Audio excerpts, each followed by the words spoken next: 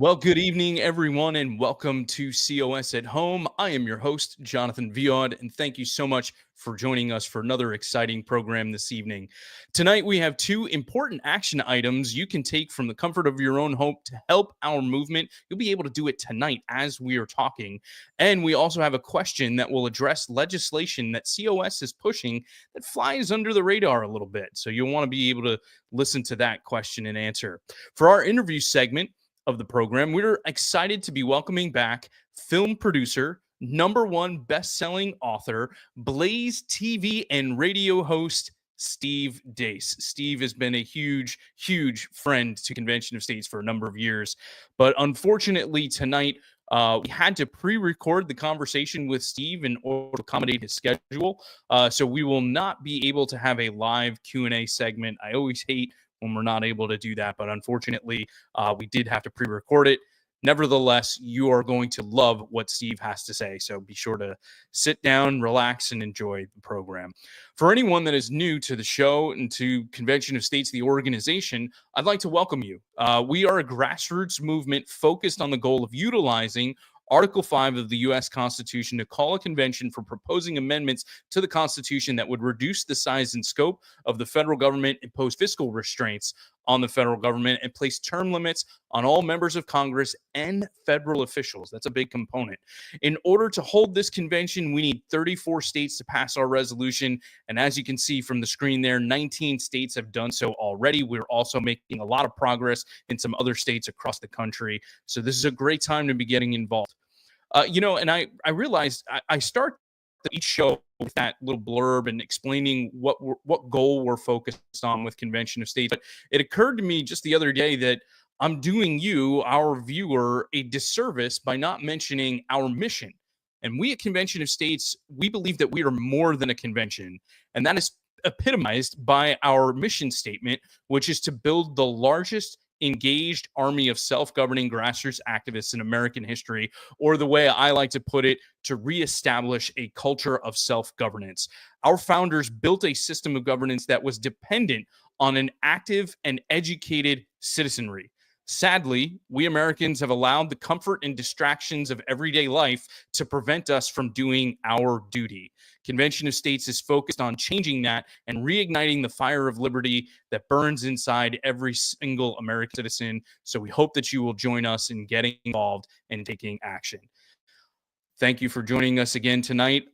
I should also mention our friends over at Article 5 Outfitters. That's the Convention of States store. They've got a ton of great new gear. You definitely want to check it out. Some new T-shirts that have hit the store, including the a One Nation Under God T-shirt. I'm looking forward to getting that. It's in the mail heading over this way. We've also got one life or Give Me Liberty or Give Me Death, right? Based on Patrick Henry's famous quote and speech.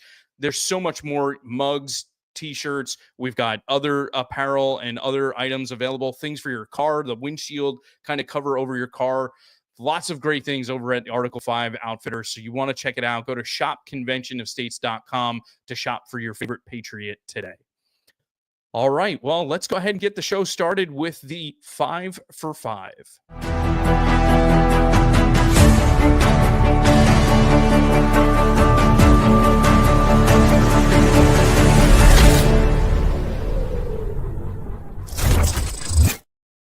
All right, so continuing education related to 5 for 5, and tonight we're going to be kicking off kind of a theme for the show where we're going to be focusing on what our teams are furiously working on this time of the year, and that's to advance COS legislation across the nation.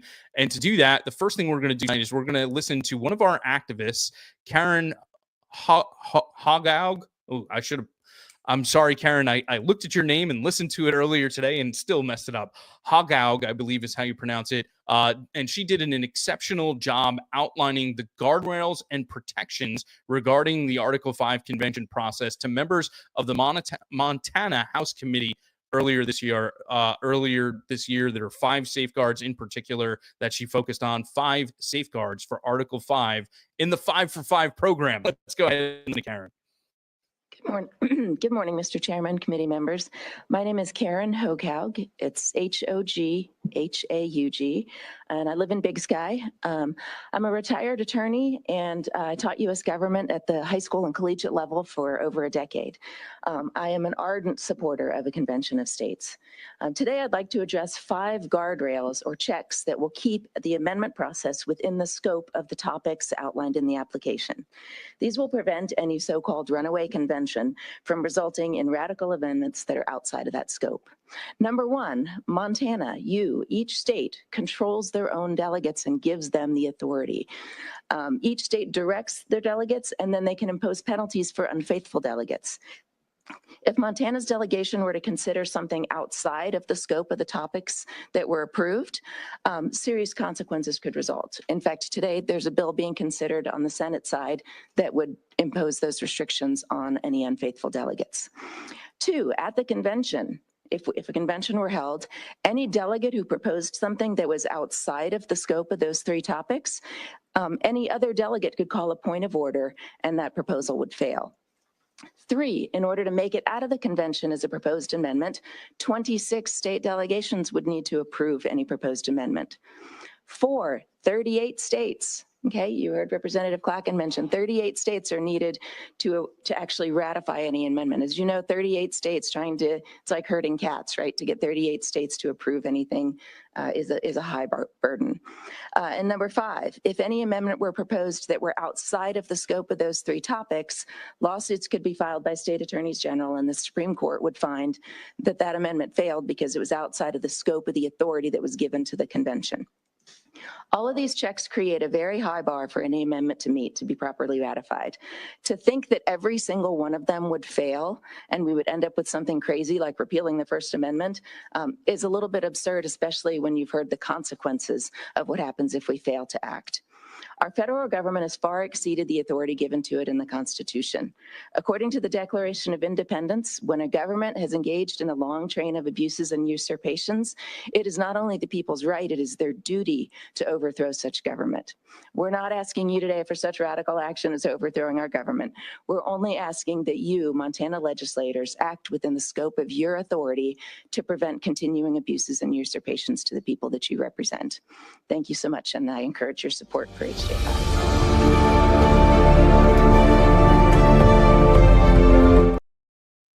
That was just an extremely well done effort there by Karen. I could not agree with everything that she said more. She did an exceptional job. And, we mentioned, I joked, 5 stars for Article 5 during 5 for 5, and they were considering HJR 5 in Montana. What jumps out at me, though, when we see our activists out there before these committees and providing these testimonies, our activists are trained, they're well prepared, and they always do an amazing job of being knowledgeable and composed when standing up there. And it's not easy. It gets a little nerve-wracking when you're talking with these legislators, and they do such an amazing job. And when you watch those who submit testimony that oppose us, you can clearly tell our activists know their stuff and are better prepared than the opposition. And it always really does a great job. So well done, Karen Hochhaug. My apologies for butchering your name there. Keep up the great work in Montana. We appreciate everything that y'all are doing out there. Okay, now let's hear about the latest COS news from across the country. We've got a lot going on. And to do that, I'm going to turn it over to Rachel Martin with COS Now.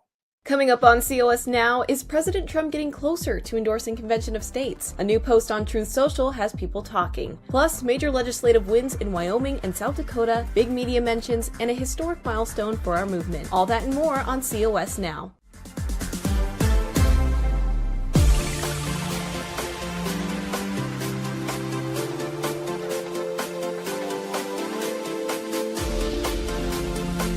What do we want?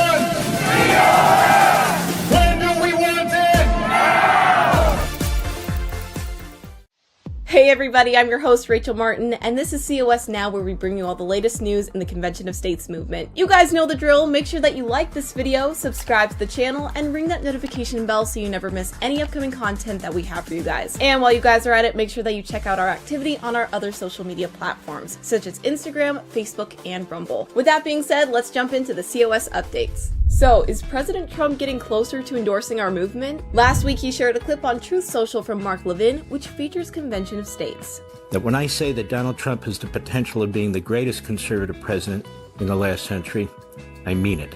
I spent 8 years in top executive positions in the Reagan administration, including Chief of Staff of the Department of Justice and Deputy Solicitor of the Department of Interior, as well as a stint at the White House. I was involved in the Tea Party movement, one of the outspoken leaders of the Tea Party movement. I've been involved as one of the leaders in the Convention of States movement with our friend Mark Meckler, over 5 million members. If you haven't done so already, add your name to our open letter to Trump asking for his support of Convention of States. In order for us to send it over, we require 1 million signatures, so make sure you sign it as well as everyone you know. You can do that at conventionofstates.com/Trump. We're getting closer and closer to the President of the United States endorsing the Convention of States movement. Meanwhile, Convention of States also got a positive mention on Timcast. In the perfect world, hey, listen, yeah, we'd have term limits, we'd have single item bills that came out, and we'd be able to say, hey, listen, I like that, I don't like that, I like that, I don't like that. And you know what? My representatives are going to vote the way I want them to do. Penny, there's a method to get exactly what you want. And it's an Article 5 Convention of States. You want to go around Washington, D.C., go ahead and come up with all the votes you need to get an Article 5 Convention of States, and we can amend the Constitution, because that's just, the Article 5 says this is what you're going to do. You need 2/3 of the states to agree. You know, have the convention, get the amendments you want. You want term limits, you can put that into the Constitution, but you need to have an Article 5, and that's the only way you can circumvent D.C. A lot happened legislatively for Convention of States, so let's make sure you're up to date on it. On Tuesday, we achieved a big victory in the Wyoming Senate, which voted overwhelmingly in favor of our resolution by 22-7. Here's Senator Case. Congress isn't going to pass anything. They're not going to limit their powers. They're not going to limit the budget. We have to do it.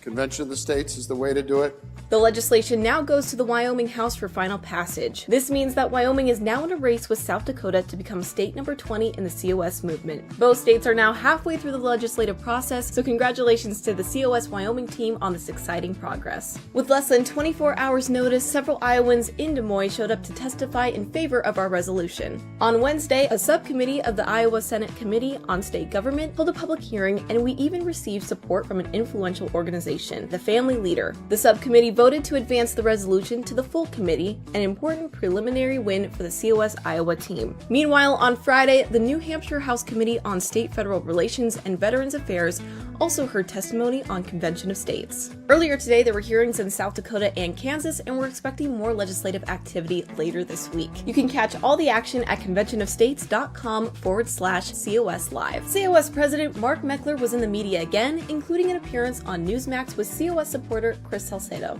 Isn't now the best time to move on this to help the America First coalition restore those chains that the Constitution is supposed to place on government? There are a lot of things that I'm hoping that Trump will get done during this administration, things like doing away with federal bureaucracies like the Department of Education or energy or things like that.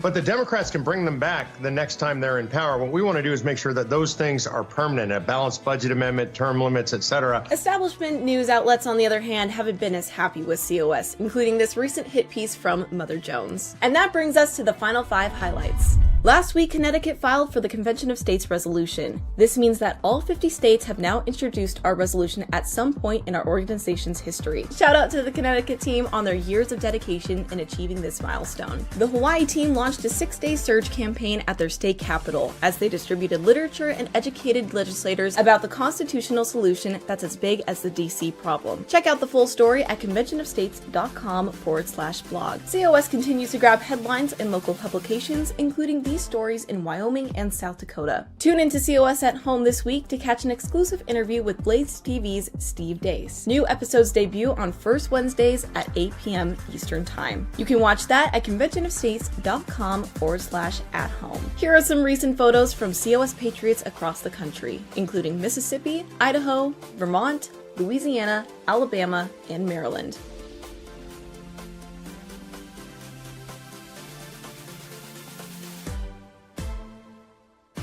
Thanks for watching this week's recap. Leave your thoughts in the comments down below, and I'll see you same time next week here on COS Now.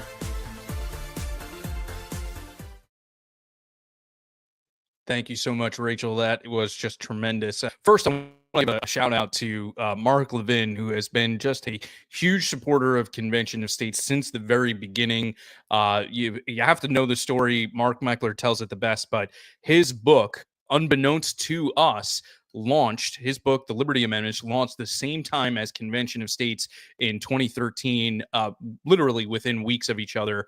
And it really helped give us a major boost early on. It was how I got involved with Convention of States. Reading the Liberty Amendments really changed my life, learning about Article 5 and understanding the power that we have. And he has continued to support us over the years. So really thank you so much to Mark Levin. And big shout out to Connecticut for becoming the 50th state to file our resolution. It's been a major challenge for them in Connecticut, and I couldn't be happier for them. So well done, Connecticut team. Just amazing work across the country. All of our states are working incredibly hard this legislative session, and everybody's doing some really, really great work. You also noticed Rachel mentioned Wyoming and South Dakota, and they were kind of in a battle for becoming the 20th state. Well, Wyoming has taken the lead, and that's due to an unfortunate set of circumstances that we happened yesterday evening after years and years of seeing our efforts thwarted in the state legislature. South Dakota this year was on the verge of becoming the 20th state to pass the COS resolution. Unfortunately, when we got down to the final vote in the House, by a vote of 29 in favor to 38 against, with one excused, our resolution failed to pass the South Dakota House. We had gotten through the Senate committee, the House committee, and then when we got to the floor, we just came up a few votes short. Now, many people might look at that and say, look, this is look at Convention of States and say this is a zero-sum game. And so they would conclude that we failed. However, it's not a zero-sum game. And what do I mean by that? Well, just a few months ago, the notion of our resolution passing in South Dakota seemed like a pipe dream. There were legislators that stymied our efforts in South Dakota for years. And it has been a huge, huge battle for us. We've never really gotten that far. And yet, thanks to the tremendous work of our grassroots team, led by Shirley Meyer, the state director there, who I would consider one of our COS legends. Shirley had at this for years and doing some incredible work out there in South Dakota, as well as thanks to some of our national staff members, including Regional Director Deanna Beckett, and others that were involved behind the scenes, our comms team, our legislative team, Mark Meckler, Senator Rick Santorum. They were able to take South Dakota, a state that we didn't think we really had a good chance of passing. And in just a few weeks, we got as far as we have. Really, if you think about it, if only 5 no votes switched to the yes column, we would have passed our resolution yesterday. So we have done an amazing job in South Dakota. We did not get across the finish line, and it sucks, just to be honest with you. But we have tremendous momentum in South Dakota, and I am really confident that our team is going to take the next step very, very soon in that state and make it one of the past states. So now Wyoming, y'all are up. You guys are in the driver's seat. We've gotten through the Senate. We just have to get through the House there. And I'm confident that our Wyoming team is up to the task there as well. I should also mention that we are still awaiting committee votes in New Hampshire and Kansas. We've had committee votes or committee hearings in both of those states. We're still waiting to see where the votes come down. So the fight for Article 5 continues, and we are going to fight. Okay, so now before we get to our conversation with Steve Deace, I want to talk just a little bit about Convention of States in terms of partisan dialogue, right? So I think a lot of times folks hear Convention of States or they look at our website and they think, man, this is just a bunch of right-wing people. You know, you got Mark Levin, you've got Pete Hegseth, all of these conservative folks that are supporting Convention of States, and this is obviously just a right-wing movement. Well, it's not. It's not a partisan issue. It's not just conservative. We are an organization that is about empowering the American people, and we are focused on restoring our liberty as a nation. The problem is that because we are pro-liberty, there just happens to be only one side of the aisle that seems to embrace liberty more than the other.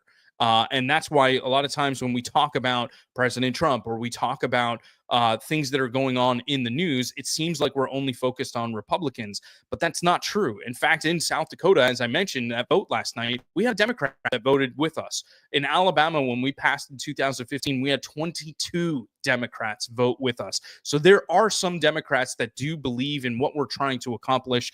Obviously, Republicans seem to embrace it far more, and that's why we talk about them a little bit more. So this conversation with Steve, you're going to hear us talking about President Trump. You heard it a lot when we spoke with the legislators last time, and also in November and December on our COS at home. It's not, again, because we are partisan. We are nonpartisan. We are pro-America. We are pro-liberty. And I just wanted to explain that. But without further ado, let's hear from the man, the myth, the legend, Steve Deace. Now we have the great pleasure of welcoming back to the program film producer, best-selling author, Blaze TV and radio host, Steve Deace. Steve, how are you, brother? I am better than I deserve, man. Thank you very much. Well, Steve, it is really great to have you back with us on COS at Home. First and foremost, I need to ask you what you think of the first few weeks of the second Trump administration. At the time we're recording this, we're starting week 2 today. So how are you feeling so far? And is there a lot that we have learned from Trump 2.0 over the course of the first 2 weeks? I think we learned why they tried. I think we're learning why they tried to kill him. I think we're also learning that this time he had a plan. This time he has a vision, not just slogans or ideals or ambitions. I think that even just the first 4 days of Trump's second term, this era, is better than the entire 4 years of a second term he would have had before. Now, there also would have been a lot less suffering had he won before because of who ended up taking over in his place. But in terms of playing offense, I think he's just way more prepared to govern.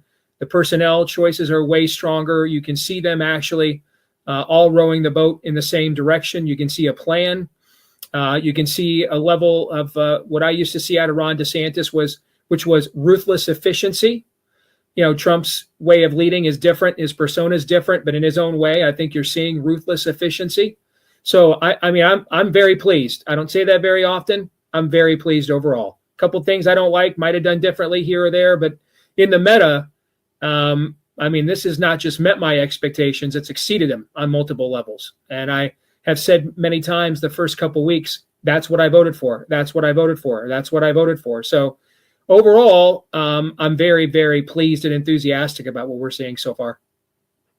Has there been anything in particular that you feel like this has been a huge momentum shift because of this one particular action that the Trump administration has taken so far? I think it's too early to know that answer because most of his cabinet picks are not even in place yet. I think RFK Jr. could end up being among the most impactful cabinet selections in American history if he ends up getting confirmed, and I think he will be. But for now, I would say the overall plan of hitting the left on multiple fronts at once, so that they're not able to focus and deconstruct one particular topic a week. A lot of times, presidents in their first 100 days kind of have an issue a week, a topic a week, a talking point a week, but coming out in really an almost amphibious-like D-Day assault on multiple issues, I think the other side is really stammered and dazed and confused on what to do. So that's what to me, I like seeing plans, and then I like seeing execution of said plans. And I think those two things in and of themselves are paradigm shifts from what we have typically seen from Republican presidents, at least since Reagan. So you mentioned some of the nominees that he's made for his cabinet, and we at Convention of States are just thrilled about some of these nominees because many of them are endorsers and supporters. We've already seen Marco Rubio, Pete Hegseth, and Brooke Rollins, all COS endorsers, be confirmed, and there's obviously some others as well. However, despite the fact that we've seen these folks confirmed, we also saw, especially as it relates to Pete Hegseth, that it was very close and we needed Vice President J.D. Vance to break the tie there. Do you feel that there is a chance that we could see some of these nominees that President Trump has made not make it across the finish line and ultimately see their confirmation fail? The one I'm the most concerned about is Tulsi Gabbard, because she doesn't really have a core constituency right now. She has gone from a pretty moderate Democrat to, when she ran for president, kind of recasting herself as a far more progressive one, given how leftist the Democrat primary base has become, to then kind of becoming, one of these more moderate neoliberal dissenters to how far left the Democratic Party has become, to full-throated MAGA. And I mean, hey, I think a lot of Americans have made similar evolutions in recent years, but they don't have to get confirmation votes from feckless senators. And, I'm not sure what her base is beyond, right now her base is people giving her the benefit of the doubt for her several different iterations based on her loyalty to Trump and their mutual loyalty and admiration for him. So I don't know how she's the one I'm concerned about, because I'm not sure how many Democrats vote for her, even though in the past they've agreed with her on several different things. But those are things she used to believe in the past. But I still think she'll be confirmed as well. But I also think that there might be, I think it might take both her and RFK Jr. a 51st vote from J.D. Vance, but especially her.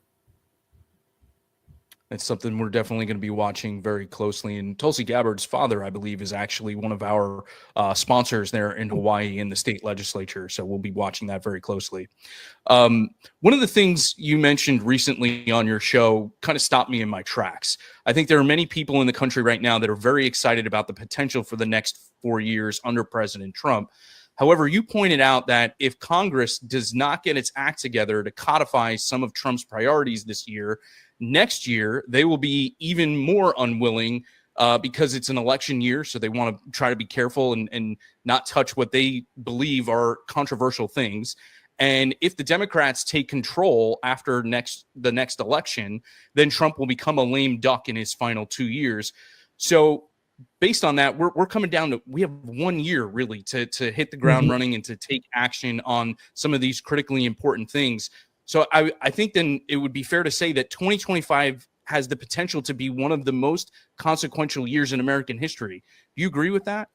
100%.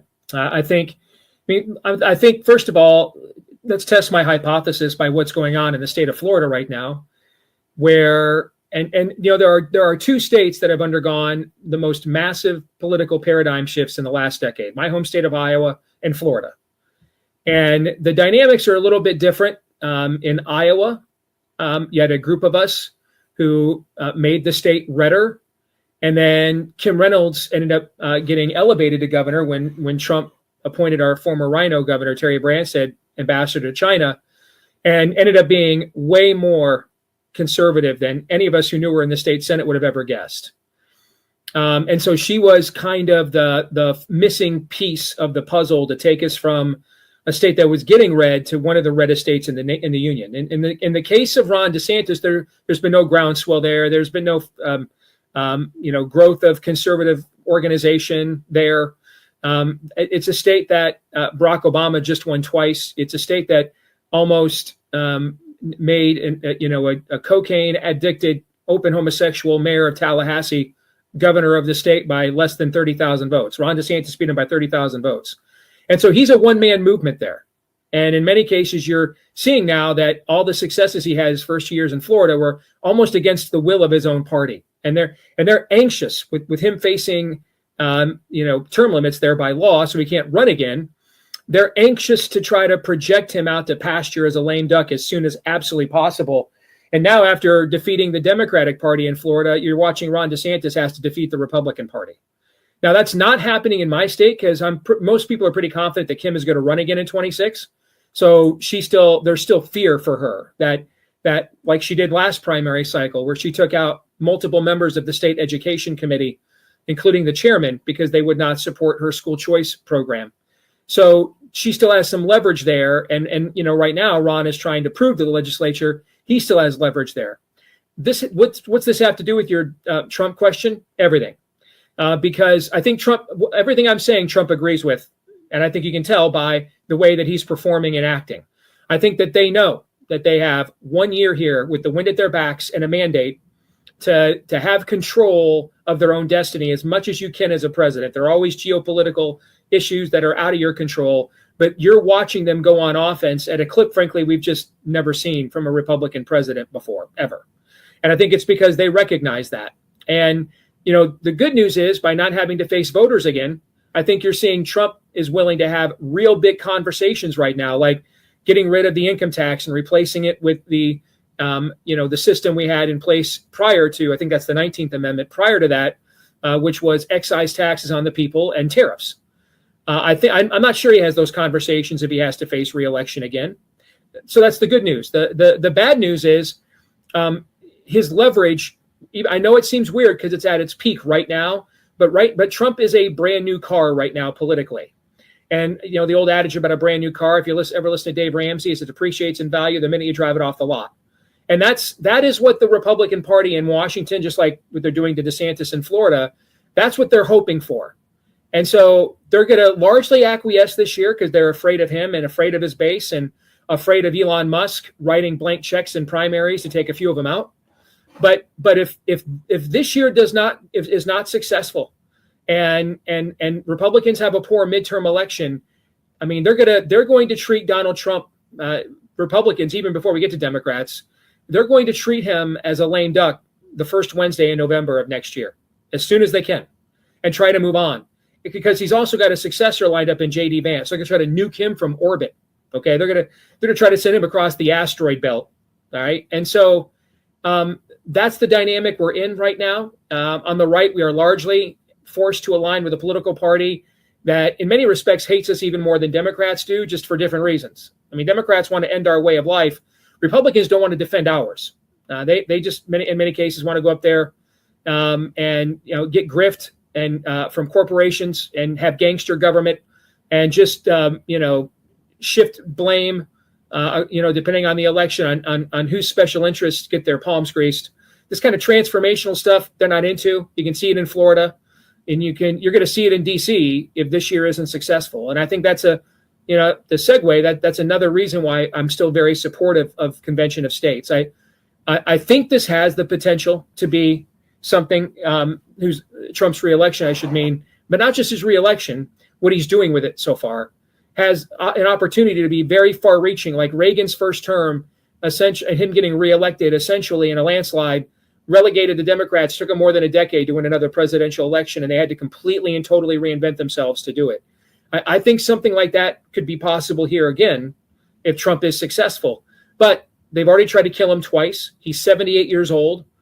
You can still see how many of the institutions are captured and are going to fight and resist his personnel decisions and choices all the way through. So, I mean, this is no guarantee of a dub at all. And I just don't think it's smart to be casting aside rare opportunities we the people have to take matters into our own hands. And we don't have too many of those left anymore, and Convention of States is one of them.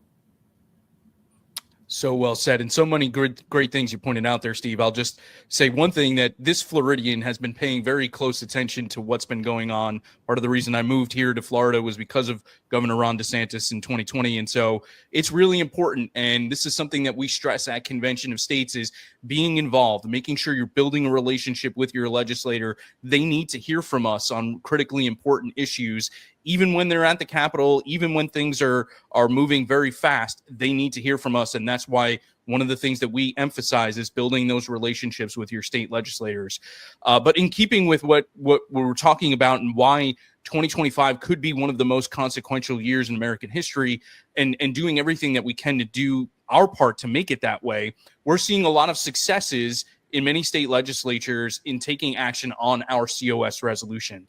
At the time we're recording this, we had a House floor vote, or we are a House floor vote away from South Dakota becoming the 20th state to pass our resolution. The Wyoming Senate has passed our resolution, so we just have to get through the House there. We also saw a victory in an Iowa subcommittee in your state, Steve, just last week. So we're still also awaiting some committee votes in New Hampshire and Kansas, but it's clear that many state legislators are feeling a momentum shift towards liberty and are working to call an Article 5 convention. Steve, do you have a message for any of the legislators that are still considering our resolution? What would that message be? Same thing I say to my audience every day. I know the temptation after a big win is to kind of just settle in and enjoy it. But the reality is we have no idea what is around the corner. And to me, I kind of think every situation is an excuse to play offense in general. I mean, that's just a life philosophy of mine. Solve your problems with aggression, go big or go home. That's just kind of what I do. But in particular, I think the best defense to good offense. And right now, because you're seeing Trump utilize the fullness of his executive power. Right now, it seems like we are actually winning this thing, and we are.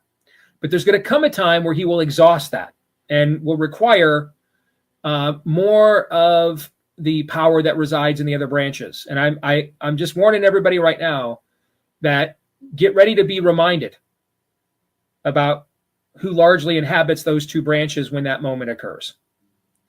And so I think that we have an excellent opportunity now to seize momentum.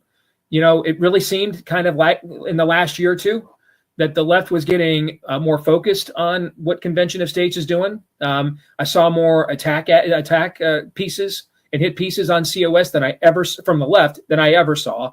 Typically, the debate was among people on the right over whether it was a calculated risk or too much too poor of a risk ratio to try. I think that the critical mass you guys are building got the attention of the other side, and you saw some hit pieces as a result. But now they are like Glass Joe at the opening level of Mike Tyson's Punch Out, man. I mean, they're just body blow. I mean, they're getting hit on every level right now. And so I think that this actually is the perfect time to go for the win right now when we have the momentum. And, you know, you do something like a Convention of States. To me, why would we do this after this election? Well, I mean, the same reason why after you beat cancer, you make sure you still have life insurance. First of all, the fact you had cancer reminds you, oh, crap, I can get cancer. Okay. Secondly, the fact that you beat it indicates that you might not have. And then if you had not have, it'd have been too late to have an insurance policy. And who knows what situation would have left behind for the next generation. And so I kind of view at this stage right now, this Convention of States similar to a Second Amendment. It's an insurance policy to make sure that everybody is reminded of the order of things, and that at any particular point in time, when people get out of line, there are protections and provisions provided in our Constitution for the people to essentially take their belt off and say to the government, this is going to hurt you more than it's going to hurt me. And this is one of those moments.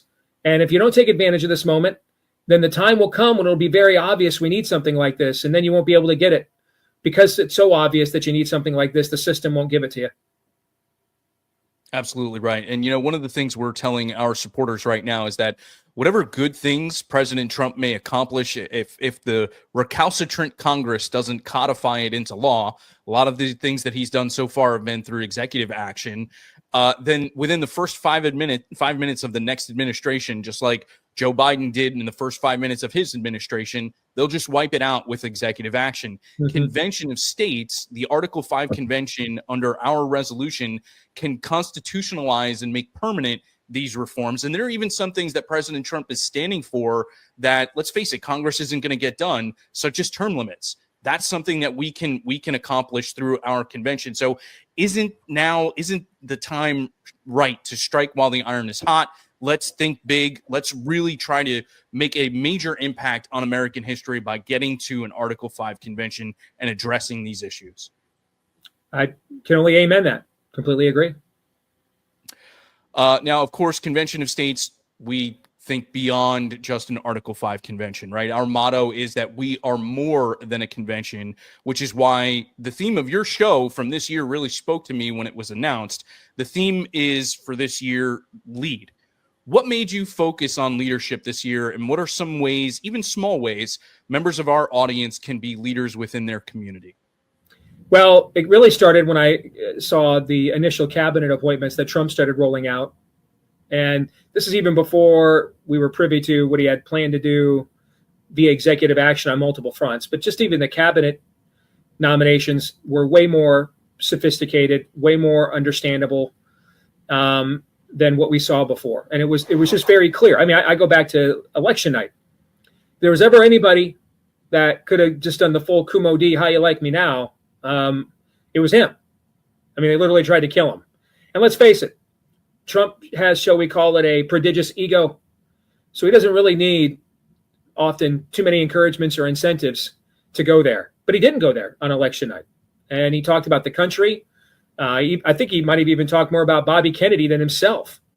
And that showed me right there, this guy is, the one thing I wrestled with when he first ran, which is why I went from being offered a job by him to opposing him, is, okay, is this for real? Is he running to do stuff or to be somebody? Is this a highly successful man that this is the last line left on his life resume? So let's check that box. I've already renamed half the Manhattan skyline after myself. I'm going to leave my family an empire. Or does he? Is he talking about the interest of people like me to fulfill an ambition of his, or because he shares our concerns? And this go around, I don't think there's any doubt about that, any doubt whatsoever. He is trying to change the paradigm of government by the consent of the governed on multiple fronts as we speak. So it really started with that. And then, getting to thinking then, human nature loves complacency. Even in meritocracies like professional and college sports at a high level, you don't see a lot of repeat champions because of this. And we need to take advantage of this moment. Trump took advantage of the moment, and his campaign did in the macro. And now we, the people, need to do so in the micro. And we have a moment right now where we can go on offense, where our institutions are not recalibrated, but they've been recaptured. Right? There is a lot of swamp to drain, probably way more than is even capable. Even if the Trump 2.0 administration batted 1,000, you're not going to undo, just like I didn't lose 100 pounds overnight. You're not going to undo 50 years, cultural Marxist rigor mortis, even in one pristine term. All right. It's a presidency, not the kingdom of heaven. So that's really up to us now to terraform where we live, what him and his administration are trying to do from above, at high, not from above heavenly, but above us in terms of level. So that's really where it came from, is to try to resist the temptation to go full Rocky 3. All right, you got the opening montage of Eye and the Tiger, and Rocky's doing GQ photo shoots, and he's on Sports Center, and he's doing commercials, and meanwhile Clubber Lang's doing chin-ups from pipes in his basement. Man, he's got the Eye of the Tiger. Rocky's working out at Gold's Gym, then he goes out there and he's doing photo ops with hotties, and he goes out there and gets his ass knocked out in the first round by a guy that's just hungrier than he is. All right, so I know the temptation is right now to be that to do the first half of Rocky 3. We need to do the second half of Rocky 3. All right, we got to get with Apollo. We got to go back to the streets. We got to keep it real. Get the edge back. Get the chip on the shoulder. Right? You're not seeing Trump say, "Hey, I proved my point. Y'all tried to take me out. Y'all tried to put me in prison. Y'all tried to kill me. Scoreboard. All right. Now I'm just going to sit here and do the presidential version of grab a drink with an umbrella in it and let my liberal son-in-law, Jared Kushner, run this thing into the ground again." He's not doing any of that. In fact, no one knows where the hell Jared Kushner even is right now. All right. So you're watching him lead. And I think we need to follow that example.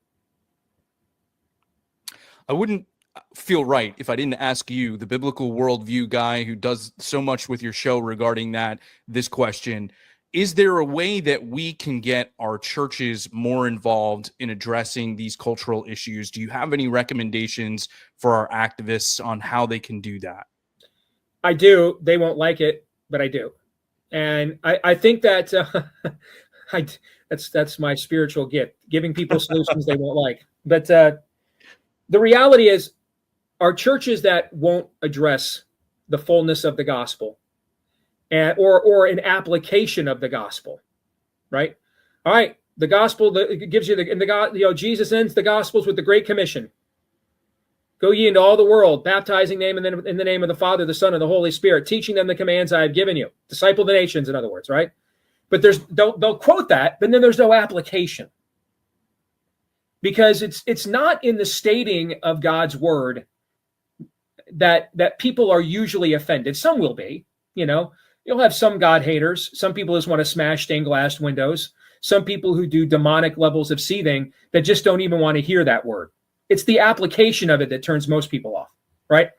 It's not saying that Christianity believes all people are sinners that offends most people. It's saying we think you're one, all right? The application of it. The application of it is, where the rubber meets the road. That's that whole faith without works is dead thing. Why do you call me Lord if you do not do what I say? All right. And so a lot of our churches will not do that application because they don't see themselves as prophetic, but as marketers. And they don't see the people in their pews as sinners in need of saving, and then saints in need of discipling, but as customers.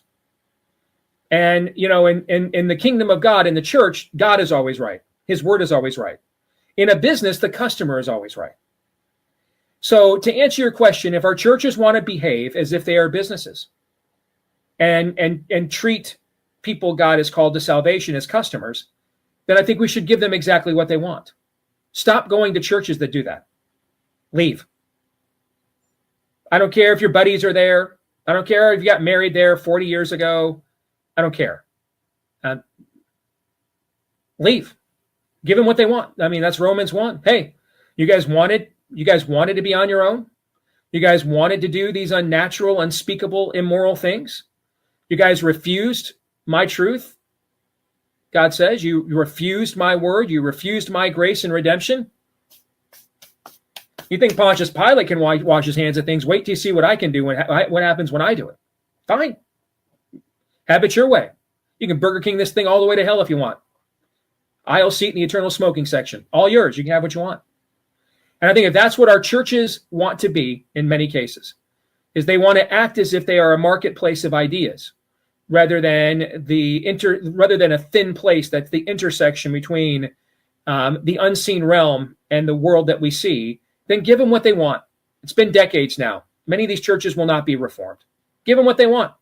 They want to be a marketplace, then treat them as such. If you kept getting a product at a business that you did not like, would you sit there and say, well, by golly, I got my kid a great ice cream cone there 30 years ago after a Little League game, so I'm just going to keep coming back, let them rip me off. No, you wouldn't. So why would you do it with the church? Just leave. Leave and go to the places that will do what God has called the church to do. Yeah, I think you're absolutely right about that. And I know a lot of people look at it as being very hard to do, to leave that place that they've built a community with and everything. But you're absolutely right. If it's not doing what the church is supposed to stand for, then why would you continue to want to support that? I know a lot of people have boycotted Target and Costco and things of these natures because of DEI and what have you. Mm-hmm. And people want to make sure that they're making a statement by doing that. You kind of have to look at it the same way there within your church. Another thing too, I have found is that a lot of people that are going to church with us are experiencing what we are within the culture and within our country. And they're looking for other people to kind of cling to, but everybody's kind of a little intimidated to be the one to raise their hand or to take a stand and do what's necessary and, say, hey, we should be involved in this. I think people would be surprised that if they're willing to be the one to be the leader, that there are going to be a lot of people are going to come along behind you and support you. I find that people will probably be there and be able to support you in trying to get the church moving in another direction, if you want to try that before leaving. But that's just one thing that I've noticed is it seems like there are a lot of people that have the same feelings but are just a little shy about being the one to stand by themselves. Amen. I mean, you almost made a better case for my theme of the year than I did. Maybe you did. So I agree. Every word. All right. Well, I'll give you all the credit. So, Steve, last thing I wanted to ask you, I think the last time we had you on was right before Nefarious was released. I had the opportunity of meeting you last year when you were down here in Florida with Governor DeSantis, promoting your new children's book, Why Easter. What else is Steve Deace cooking up? Is there more things for us to be on the lookout for? Yeah, we actually are formally in the fundraising phase for a Nefarious sequel, so we're excited about that. And I've got a new project coming out. We're going to be able to tell you more about this in the next month or so, probably. But it's called Richie Meets the Rainbow. And my intent, it comes out in June, and my intent is to punch Pride Month right in the balls, hard.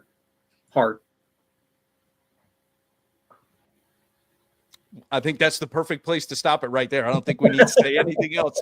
Where can people follow you, Steve, or if they want to learn about this punch on Pride Month, where can they learn more about that? The easiest thing to do is just follow me on X. I mean, everything else I do is, connected to that and linked to that, all the shows we do and the podcast and everything else. And it's just at Steve Deace Show on X, at Steve Deace Show on X, or you can also just find the podcast, iTunes, Spotify, pretty much everywhere that podcasts are carried.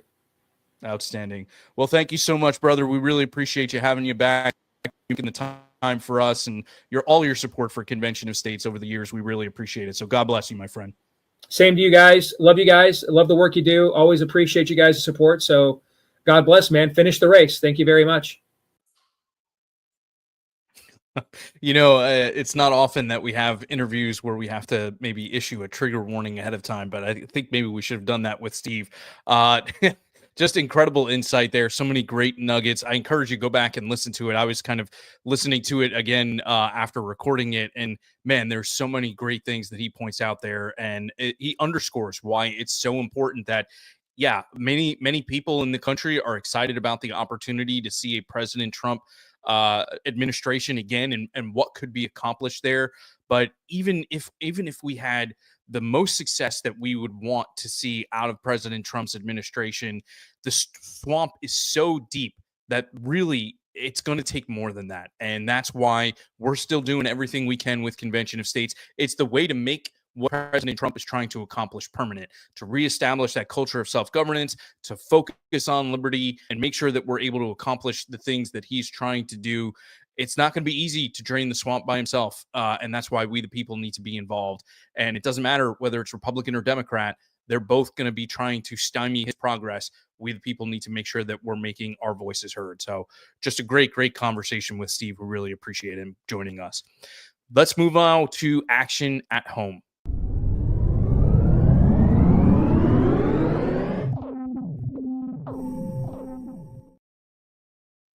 So as I mentioned at the start of the program, tonight we have two important actions you can take right now, comfort of your own home, as the show is going on, to help us advance the COS movements. First, we have an important campaign taking place right now in Texas. And I'm not talking about legislation. I'm talking about something where we're trying to get a certain someone to pay attention to Convention of States. So we all saw the impact Elon Musk had on the election last year, including the way he has helped to preserve free speech by purchasing X, formerly known as Twitter, and allowing the free discussion, the free flow of ideas on that platform. Musk's push to reform our government and restore liberty even led to the creation of the Department of Government Efficiency, also known as DOGE. However, what Elon does not realize is that the best way to make the government more efficient is through an Article 5 convention, particularly one that's utilizing the subject matter in the Convention of States resolution. So we are trying to get Elon to learn more about Convention of States. And the way that we've done that is thanks to help from our donor. Convention of States Foundation funded billboards being put outside of the Tesla Gigafactory in Austin, Texas. Producer G has that on the screen right there. We've got a blog post about it. Not only do we have that big billboard there near an interstate, we've also got a mobile truck, a mobile billboard on a truck that's there right now. Mark Meckler has posted about this. I wanted to say tweet. He posted about this on X, formerly Twitter. And it has been reposted by Ben Shapiro and Congressman Chip Roy. And that's what we want you to do tonight. We want you to help us get this in front of Elon Musk. So if you have an X account, go on over there, repost it. Producer G is showing you exactly how you can do that right now. We want to get the word out there. We know that Elon has done amazing work for liberty over the last year, and we think that if he understands that the true way to be effective with Doge is through an Article 5 convention, and if he gets on board and supports it, it's going to take us to another stratosphere. So help us in trying to get this in front of Elon Musk by going on over to X and reposting Mark Meckler's post about this billboard campaign. Okay. Second, we have mentioned before how important it is for you to be connected to Convention of States for a variety of different reasons. One of the most important reasons, however, is if you are up to date on information, you're receiving information, you can be ready to take action when our teams are working to advance our resolution or other legislation during legislative season or during legislative session. So in addition to email, one of the tools we use to keep you updated on everything that's going on with Convention of States is through text messaging. So Producer G has a video explaining how you can opt into receiving COS text alerts. Over to you, Producer G. In these uncertain times, it's smart to stay connected to the causes that you care about. In this video, we'll show you how to make sure that you are opted in to receive text messages with the latest calls to action from Convention of States. The easiest way to opt into texting is to sign our petition at conventionofstates.com. Just make sure there's a checkmark beside text message updates before you submit. We'll even send your petition to your state legislators free of charge, so they know that you want them to support the Convention of States movement and help drain the swamp. If you have already signed our petition, here's how you can make sure you're opted in to receive critical calls to action via text message. Go to the conventionofstates.com website and click Sign In the upper right-hand corner. If you've never signed in, click the Sign Up link and sign up with your email address or use the social media options. If you use the email option, you'll need to go to your email inbox and click Confirm My Information in the message that we send you. Once you're signed in to conventionofstates.com, go to the upper right-hand corner and click My Profile. Scroll down to the section where it says Receive Emails and Receive Text Messages. Make sure those are checked. You can also manage your subscriptions for the type of messages you'd like to receive. Now you can be certain that you'll receive the latest Convention of States news and calls to action. Together, we will save this great country and secure freedom for future generations. So there you have it, folks. Make sure you are opted into receiving text alerts from Convention of States. I can't underscore enough how important this is. We need folks to show up at the Capitol. Sometimes, as you heard Rachel talk about in COS now, sometimes we only get 24 hours notice when there are committee hearings, and we need to get the word out to team members or to supporters to show up at the Capitol, to be able to testify or to just be there and support, or be there when there's a floor vote, and have the eyes of our grassroots army on these legislators when they're considering it, as well as other important things that are going on throughout the year with your state team. So you want to be opted into those text alerts so that this way you can help us by taking action when we need you. And we are grateful for your support. So please make sure that you're opted into that. Now let's go ahead and check the Minutemen mailbag.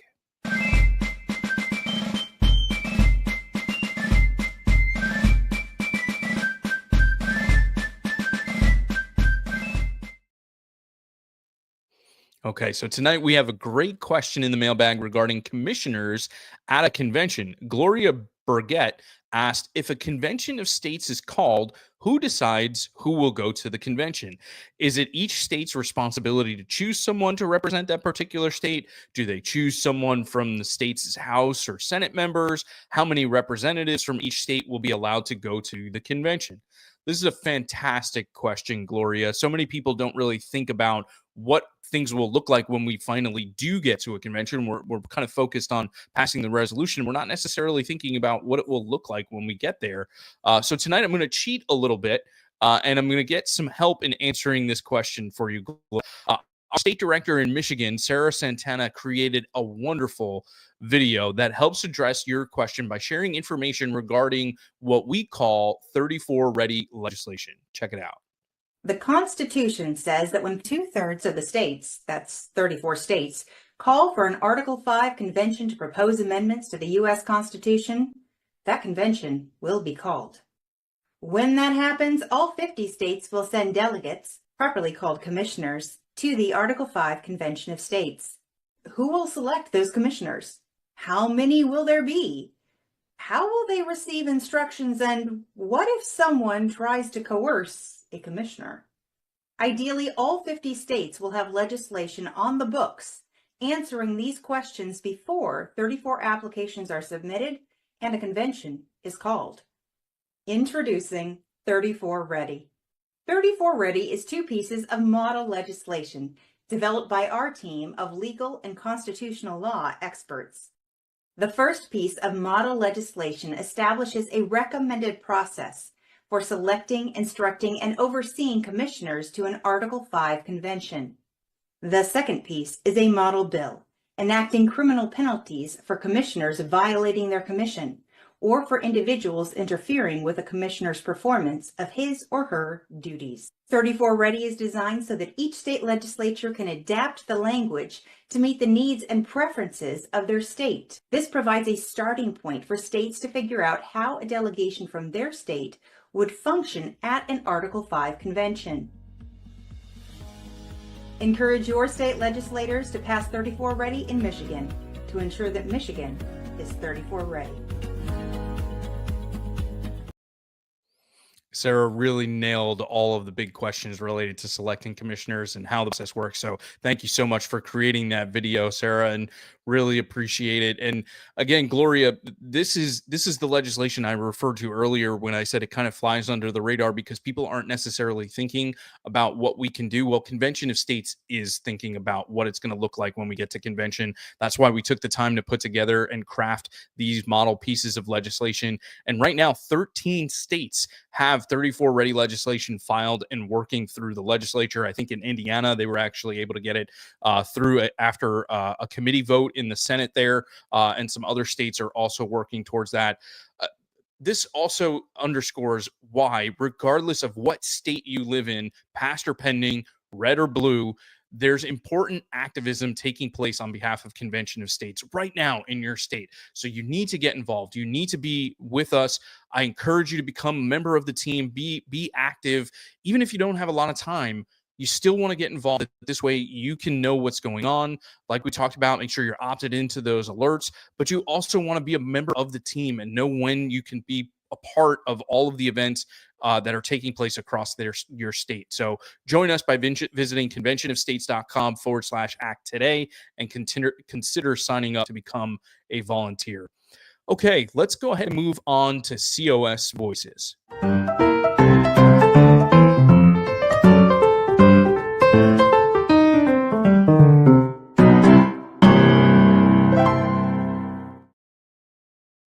All right. Now, during this segment of the program, we typically hear from activists as they answer one of the top questions we receive, which is, how can I effectively communicate the COS message? However, tonight, we're going to keep with our legislative theme of the program, and I want to share with you tonight some more wonderful testimony from another great activist on our Montana team, Pastor Paul McElroy. Mr. Chair, Representatives, thank you for the opportunity to speak to you today. My name is Paul McElroy, MC capital E-L-R-O-Y. I am a local pastor in town. And as you just heard from the last speaker, this crosses political lines. Let me give you an example. About 5 years ago during a holiday, I had one of the ladies in our church, her son, who was on the far opposite side political of me, was visiting from another part of Montana at our church, and I brought up balancing the budget, and I said that the borrower is slave to the lender, as the Bible says, and I said we need a balanced budget, and I found out about a week later that he leaned over to his mom at that time and goes, "I love your pastor." So this crosses political lines, and I want to address the dynamic of convention of states and how we can bring our budget back in order. The bond market is showing great concern about our $2 trillion annual deficit and the $36 trillion national debt. Whether we like it or not, bond traders understand that debt cannot keep growing without a plan to repay it, because they are in the business of getting repaid. When we were here 2 years ago for Convention of States, the U.S. debt was just a little over $31 trillion. At this rate, it will exceed $50 trillion in just 5 years. By the end of this decade, interest on the debt will become the largest line item in the federal budget, surpassing Social Security, Medicare, and even defense. It will be almost equal to the total amount we pay in income taxes. To put it in perspective, 1 trillion is 1,000 billion or a million. This is the one that sinks home with me. 1 trillion seconds is 32,000 years. We are now adding $1 trillion in our debt every 100 days. Again, we are now adding $1 trillion in debt every 100 days. You have the power to stop this madness. By supporting a convention of states, you can help propose amendments to limit federal spending and overreach, or you can continue to watch as the federal government's fiscal irresponsibilities leads to our collapse. In our lifetime, Congress has rejected the balanced budget amendment over 100 times, and it's not going to change anytime soon. With 19 states on board, we are well on our way to reaching a majority to tackle this crisis. And Montana is uniquely positioned to keep the momentum going and help us get the ball over the goal line. We want members of this body to go and participate in a process that will propose amendments to rein in the federal government. We want well-crafted amendments from that convention to come back to this body for consideration and possible ratification. This is your chance. Let me say that again. This is your chance to act on this issue of great importance. Vote yes on this bill and help rein in the federal government's unchecked powers. Thank you for your time. Man, outstanding work there again, Pastor Paul. Wonderful job. And again, I think it just underscores, and this is why it kind of drives me crazy when I hear our opposition say, we can't have a convention now. We don't have George Washington. We don't have James Madison. We don't have the amazing founding fathers that we had. We don't have that caliber of patriot.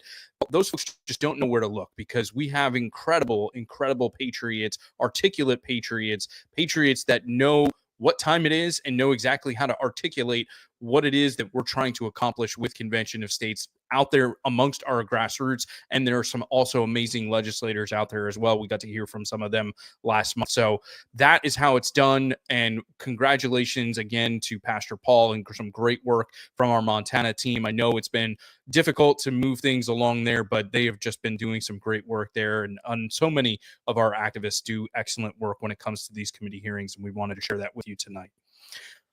Okay, folks, just a reminder, all COS at Home shows are aired live on the first Wednesday of every month at 8 o'clock Eastern Time. Our next show is going to be on Wednesday, March 5th at 8 o'clock Eastern Time, and we're going to be joined for that program by Texas State House Representative Cody Vasut. Representative Vasut is the current primary author a resolution to remove the sunset clause or expiration date from our resolution in Texas. When we passed our resolution there in 2017, an additional resolution was passed that said we needed to get to convention within 8 years. Otherwise, this resolution would be coming off the books. And there's one thing I know about Texans. They are proud to be leading when it comes to fights. The last thing we want to see is Texas lead by retreating from the Convention of States fight. And so we are working really hard to remove that sunset clause or expiration date. Representative Vasuit's going to join us, and he's going to give us an update on our progress there and what action steps can be taken to help us pass this critically important legislation this legislative session. So you won't want to miss that program. Ladies and gentlemen, as always, this has been a lot of fun, and I've really enjoyed talking with you this evening and sharing so much great information. I know we've gone over an hour. I'm sorry, I do try to keep it under, but a lot of great things to share with all of you, and we're excited to do so. I hope that you've enjoyed the program and that it's been helpful to you. Thanks again to our friend Steve Deace for being able to join us and record that interview for tonight. As always, a huge thank you to the legend producer G for all of his hard work behind the scenes. But as I say at the end of every program, the greatest thanks of all goes to all of you, our supporters out there of Convention of States, the Article 5 movement. It's important to remember, as always, folks, that despite all of the problems we currently face in our country, despite how deep the swamp may be, you and I, we the people, are the solution. So thank you again for all that you do. Thank you for all of your support of Convention of States. Good night, and God bless you.